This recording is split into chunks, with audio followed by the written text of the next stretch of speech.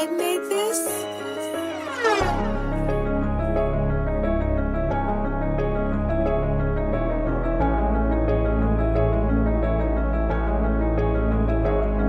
This the rant of the real. Everybody telling lies, the truth first, so it's fuck how they do feel. Or you for real?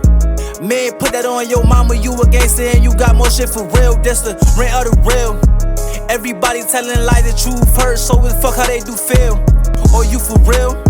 Man, put that on your mama, you a gangster and you got more shit for real.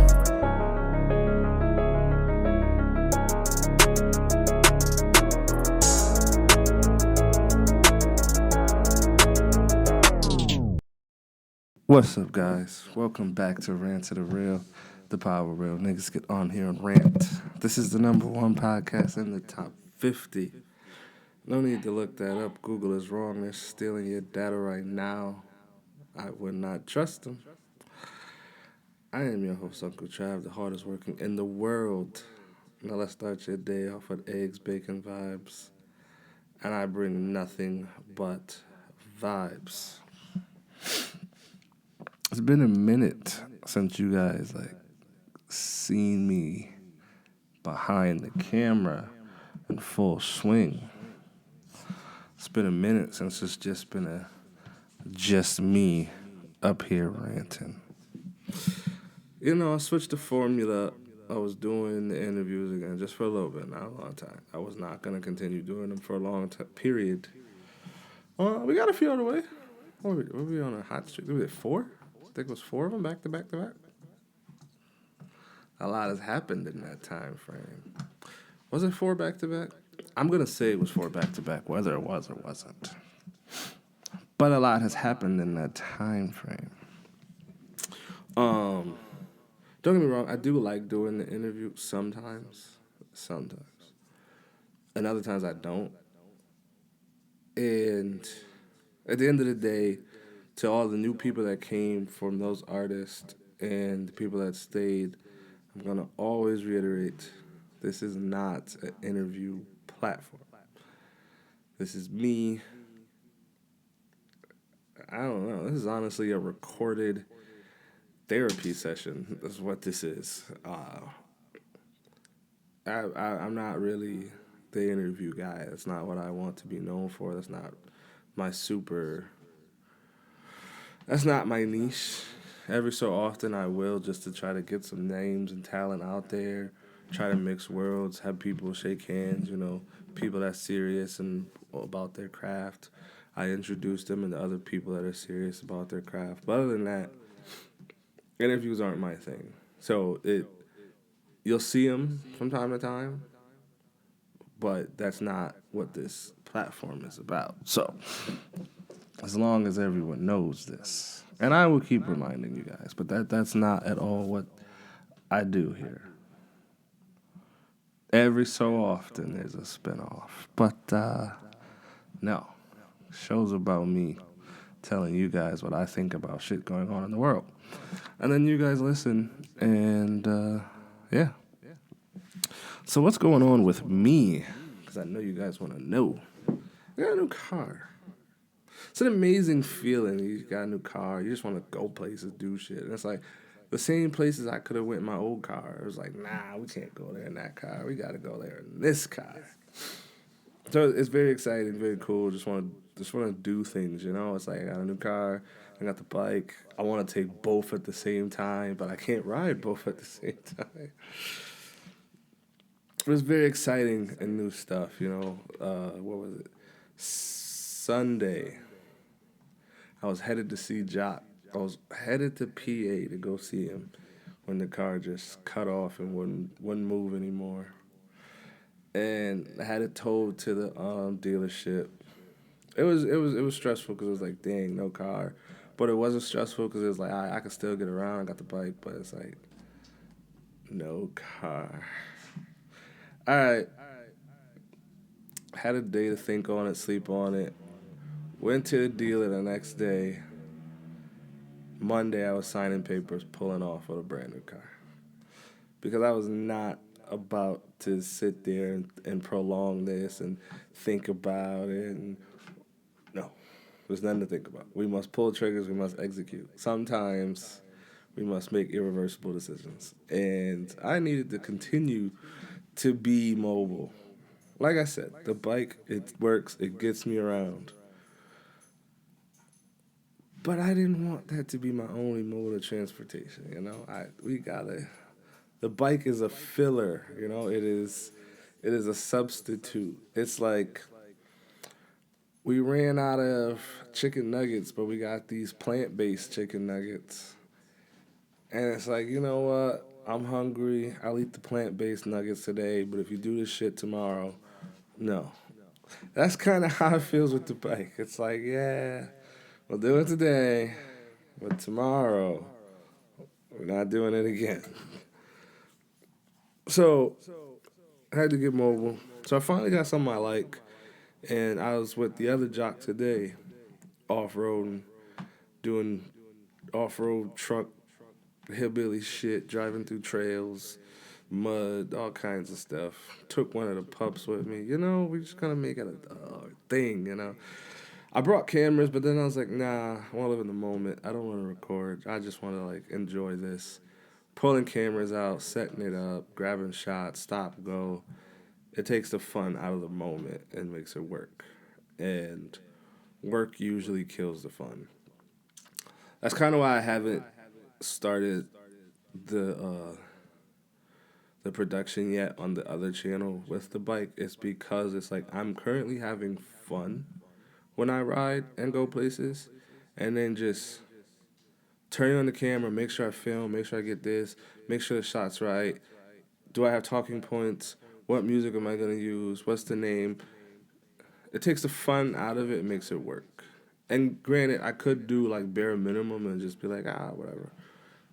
Point and go. But I don't like to do bare minimum work. So I don't want to half-ass it, especially on another channel. And I do have ideas for that. So when I get ready to do work in that aspect, it will be up and ready. But right now, I just want to enjoy the fact that I have it and I can.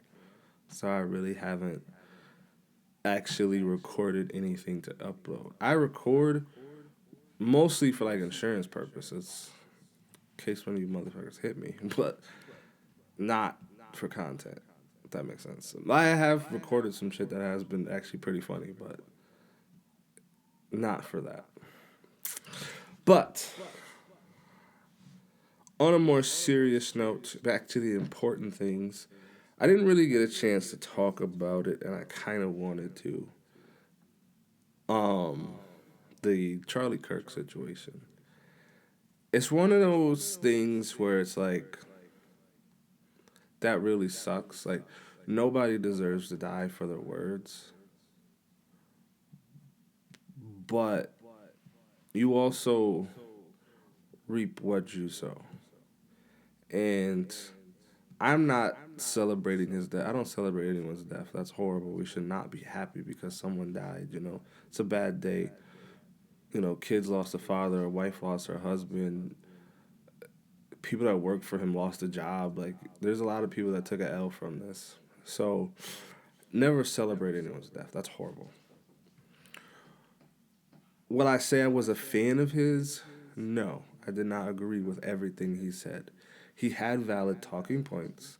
There were some things he said that I do agree with, but majority of it was either rhetoric or, I just don't agree with it, and I'm not going to bash the guy because I don't agree with it. I liked Kevin Samuels. A lot of you guys didn't. You praised his death when he died. You don't have to agree with something to be a human or disagree. You can disagree. It doesn't matter.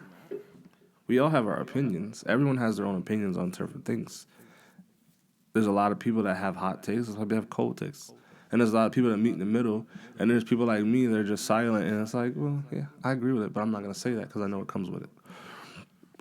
And at the end of the day, you had to look at it as this man made a living off of antagonizing and bashing other people.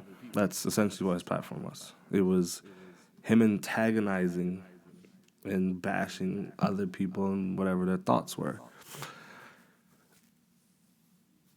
And you got to be able to accept whatever it comes with. Like, we all know that the world we live in this day and age, places of learning aren't free from excess violence. It's a very PC way to put that. So to go to places of learning and constantly antagonize the students, there are certain things that you know what it comes with, you know? Like, I know if I just go walking around my neighborhood, I know what it comes with. I can either A, be like, yeah, ain't nobody gonna do shit around here. Or I can B, be like, you know what? These crazy motherfuckers might do something around here. Let me go where they won't. It's not cowardly to think ahead, you know? And I'm not saying that he asked for this or caused this. That is not what I'm saying. I am saying that we know that places of learning are not exempt from excess violence. So to build your whole thing around going to places of learning, you accept the fact that you aren't free from the excess violence. Dude, I don't know anything about the guy, the person who did with the excess violence, why he did what he did, nor is it my business. Obviously, he had a reason for what he did. But when you spew rhetoric, you will create people that will hate you. And we all know that those communities that he specifically antagonized,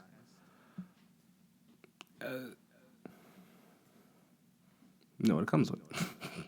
This is a very PC way for you, telling you to figure it out. And it wasn't just one specific community. There was multiple communities, and then there was multiple people that, you know, he attacked. When, like, Taylor Swift got married, and he was like, she needs to be humble and submit to her husband, and she's whatever the fuck. And it was just like, bro, what does it matter to you? Just that rhetoric that I later returned. Sorry about that. The camera just cut. Problem is, I don't like to delete my videos. I like to try to keep some. And then when I'm in the heat of the moment, it cuts off because I ain't have no more space. So I had to run, delete some videos, come back. But anyways, yeah. I don't know where, I can't remember my thought, but we were going somewhere, and you guys get the idea. That's what I was saying. What he said, this rhetoric. There's plenty of boss women that I know that will outshine any man you probably put in front of them. She doesn't have to submit. Like, the entire world knows who Taylor Swift is. Whether you like the girl, you don't like the girl. And most of y'all don't like her because of her cult-like following. She didn't create the fucking following. It's just the people that are purists will crash out about her. She didn't tell them to do that. It just is what it is. Comes with it. But you could go anywhere in the world and people know who the hell Taylor Swift is. And I guarantee you she probably is very smart and very good at business and very good at, you know, in her profession. And if you add your average Joe or just any man you think could do better than her, she probably might outperform him. Let's be real. No one gives a fuck about Travis Kelce. I can't say no one, because that'd be a lie. But the amount of people that do to the amount of people that don't, probably the don'ts are higher. And if you compare fan bases, she has a way bigger fan base. She probably, I'm 100% willing to bet, has more money than him. This is a proven fact that he makes more money off the podcast than he does playing football. So why would she submit and stop being her? That makes no fucking sense. Rhetoric. But that being said, you can't.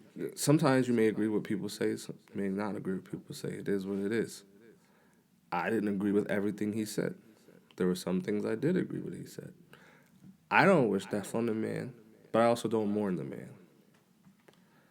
It's one of those in the middle type things. It does suck that this happened, and what really sucks is the way the world turned out. Like, we should not be glorifying someone's death. That's just the way it is. Like, how would you feel if someone glorified yours? Or, like, if someone talks shit about your loved one, y'all be ready to crash the fuck out, kill everything. But when it's not you that's affected, it's okay. Where and when does it become okay? You have to be okay with what you put in to get out. So the people that celebrate and laugh and make fun of, remember, that shit will come back to you one way or another. Either it's you that gets made fun of, or maybe one of your loved ones gets made fun of, and you have to hear that. I promise you, hearing someone make fun of someone that died doesn't sit well with you, and you don't sit there and take that. I promise you won't. Until you've been in those shoes, which I have been. When you hear someone make fun of someone that you know have died, you're ready to kill, and you don't care. Think about it. Sometimes, since everybody wants to be inclusive, you got to also include yourself for when things that you do affect other people. Being PC is very hard. I can't lie. Like, obviously, like being in a corporate world and then like also trying to stray the line to not get super canceled online, but like still be me. And then like you make friends, you lose friends because your views don't align. Like being PC is very hard. I'm not gonna lie. It is very hard and it's very draining. And so there's a lot of times I don't want to do it, but I feel like I have to live constantly with PC on solely because I know that the rest of you minds just can't handle someone not taking care of you. It's actually quite insane. It's very insane, actually. You know what? Lately, I just found out, and I've been watching a whole crap ton of it. And it goes back to this PC thing because I like this fucking guy. He does not care. Chris Hansen. He's got this new, well, I wouldn't say it's new, but it's up to date. Obviously, there was To Catch a Predator, and then that went away for a long time because of what happened. And if you don't know, that's probably something you should Google so you can know. It was a very big thing. Then I didn't realize he picked it back up. But that's not a Dateline. Obviously, he's probably got his own money or he found a network to fund him. Or it's really not hard to make your own online network because the show is through some online website you just watch and it's like $2. But I watch him on YouTube as well. And it's like caught, or I don't remember. I forgot the name of it. But it's him doing it all over again. But it's uncensored. That's what makes it great. And then, like, he's even partnered with specific law enforcement. Like, he joins their task force, and their whole job is to, like, catch these predatory men. And I don't know, something about Chris Hansen just walking in the room, and it's like, say, guy. And then he just talks to him, and then it's like, they just melt like butter when they see him and they just start talking. And it's like, shut the fuck up. They're going to use this against you. Shut up. Like, oh my God, you probably could beat the charge if you didn't, like, talk. But, nah, it's just something about the way he just walks in, starts talking to him, and then, like, damn, that was 40 minutes. I gave the ones where they, like, beat the people up in, like, Walmart and shit a try. Like, yeah, no one wants to see the PDO file loose. You know, if we all could put our hands on one, we realistically probably would. But there's already enough barbaric violence in the world. We don't need more. We need to cut back on some of the level of violence, you know? So when it's just this guy, he just smooth sailing. It's like he just moonwalks all over the fucking situation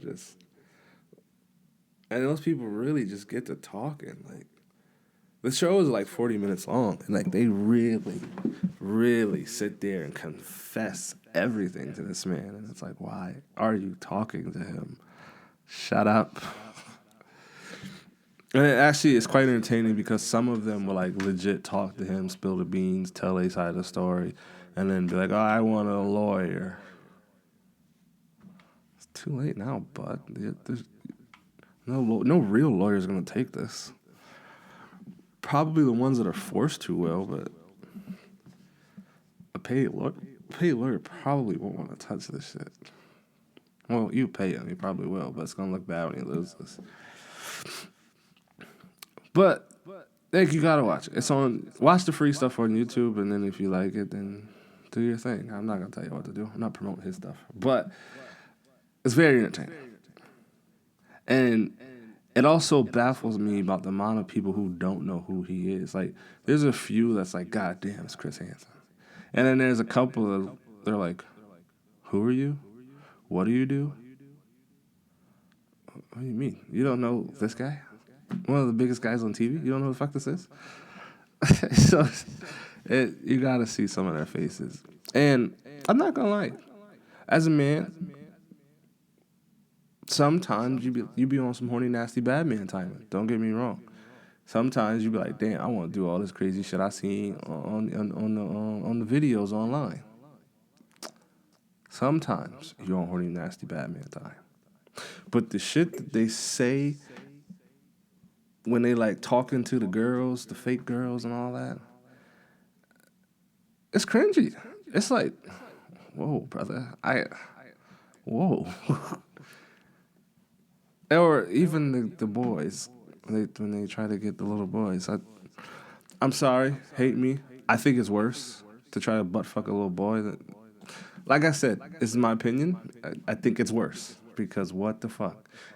Granted, all of it is horrible. I'm not justifying any of it. I just, in my mind, in my own personal sphere, I think that the men that go after these 14, 15-year-old boys are significantly worse.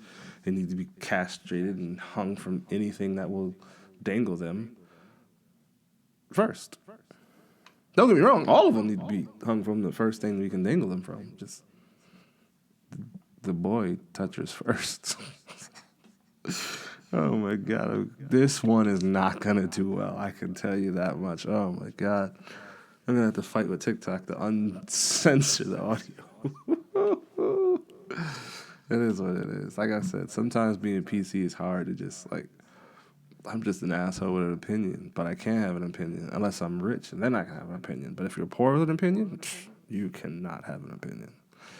It's very odd. Like, if you notice, like,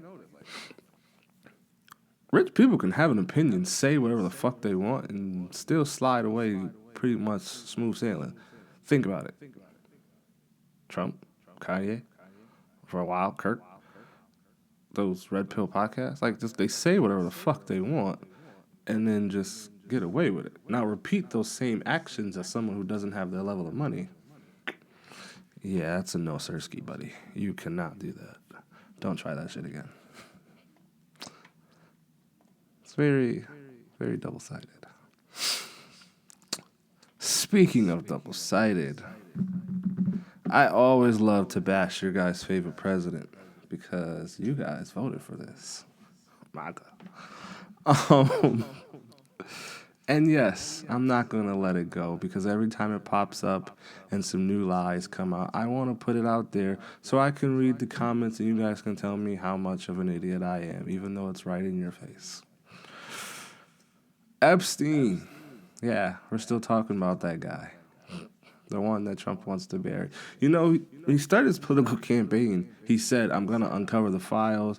I'm going to, Biden's hiding the lies. I'm going to put it out there, right? And then he came in and was like, they're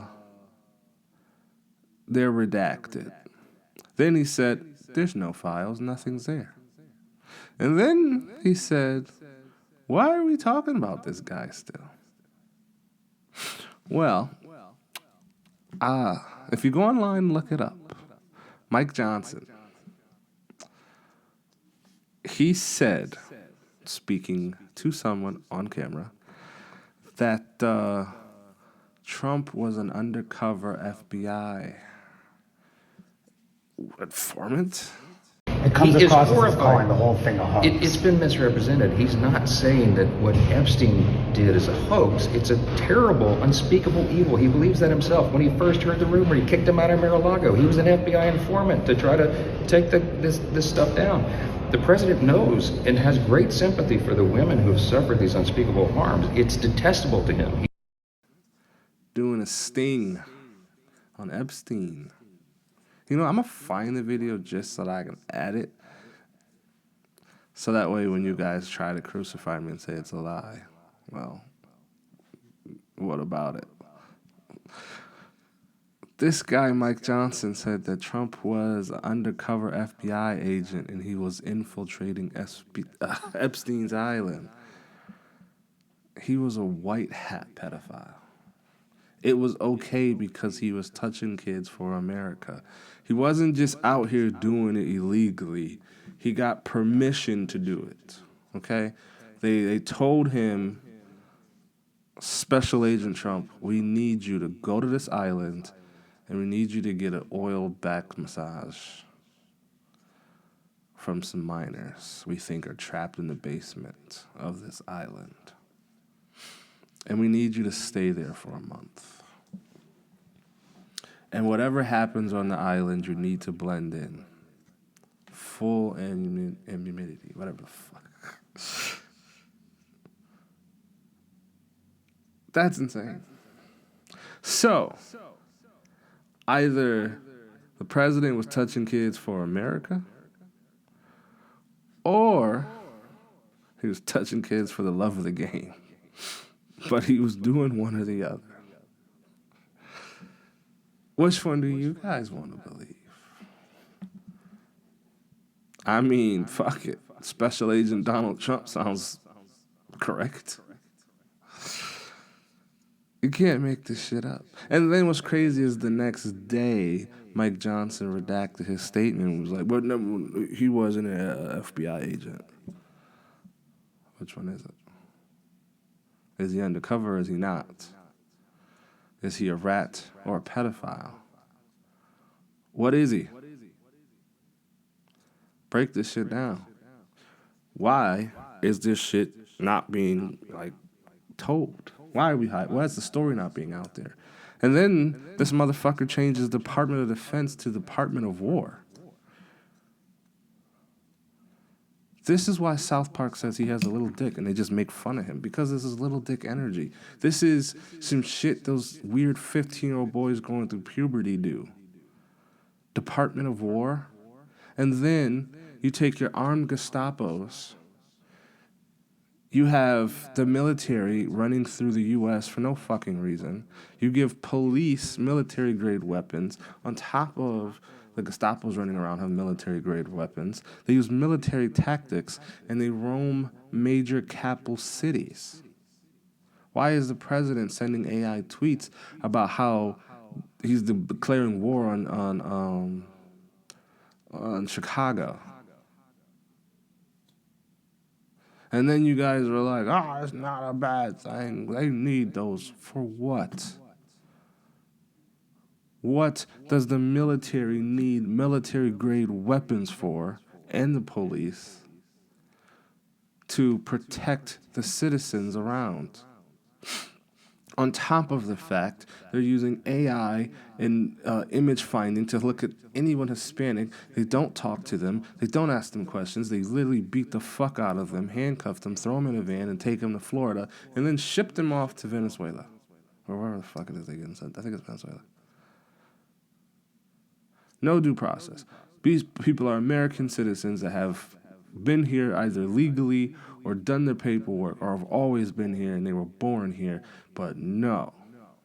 And if you think for 1 second that that's not what's happening, you're part of the fucking problem. Because there's no way that you believe that these are just peaceful people walking around with AR fucking 15s. They're just there to protect themselves, and you're a Tesla? And you know what's crazy? Is Trump put this shit right in front of your faces. He told you exactly what he was going to do, and then he did it, and the fucking Department of War is doing it.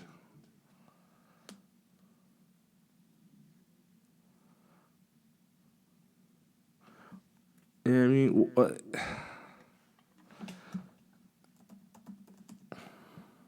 mean? I don't get it, man. At what point do you finally go, you know what? Maybe he was right. Maybe we were wrong. Maybe we picked the wrong guy. Maybe MAGA wasn't a great fucking idea. Maybe putting this psychopath in power and all his psychopath friends in power wasn't a great fucking idea. You guys were all pro Elon and all this other shit, and then you turned your back on him the minute shit went left.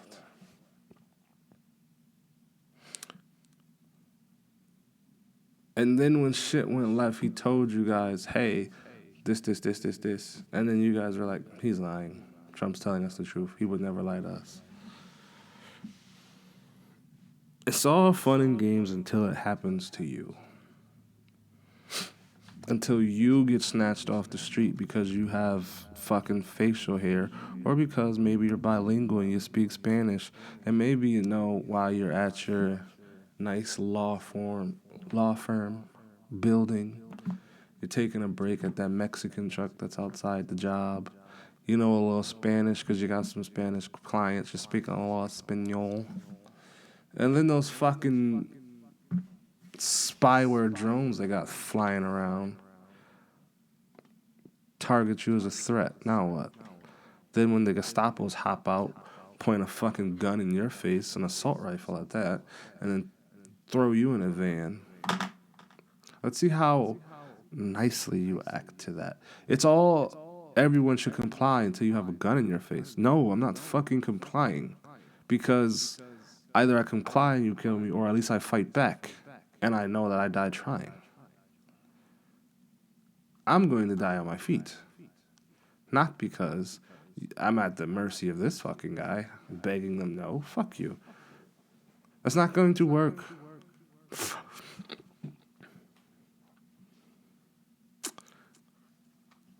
It will cause a civil war. Matter of fact, it has already started a civil fucking war. This nation is hella divided. Between the extremists, the neo-Nazis, the people that want peace, the people that don't want peace. At what point does it end? There are people that go out of their way to antagonize other people. Why? At what point does this shit stop? Or it doesn't. And we just keep finding new ways to become extremely more violent. And we keep being the laughingstock of the world while other countries sit there and point at us, hate us, talk shit about us, while we can't fix our own shit. And get involved in other people's shit. Those two conflicts have absolutely nothing to do with us. But we're in it. Wow. We can't even fix our own town, our own states, our own government. But we're gonna go solve the fucking problem, and I don't even know where the war is at this current moment. Ukraine. It's not our problem. Is it a bad thing that's happening? Yes. Does it fucking suck? Yes. Should the people of North Korea be treated like that? No. But it's not our fucking problem. We currently can't go to school without extreme violence. We probably should fix our own shit first before we go helping hand. That's like someone falling and then you try to help to pick them up with, you got shit on your hand. You're like, oh, I'll help pick you up. No, don't touch me. I'll figure it out myself. But you know what, guys? That's it. We're going to call it a day. I'm not going to give all of my cancel speeches in one. I'm going to save it up, maybe next week. Sprinkle in a little bit more. upset the masses. But as the world keeps turning and burning, as the armed Nazis roam the streets, I will be here to tell you all about it and say I told you so. Tune in next week.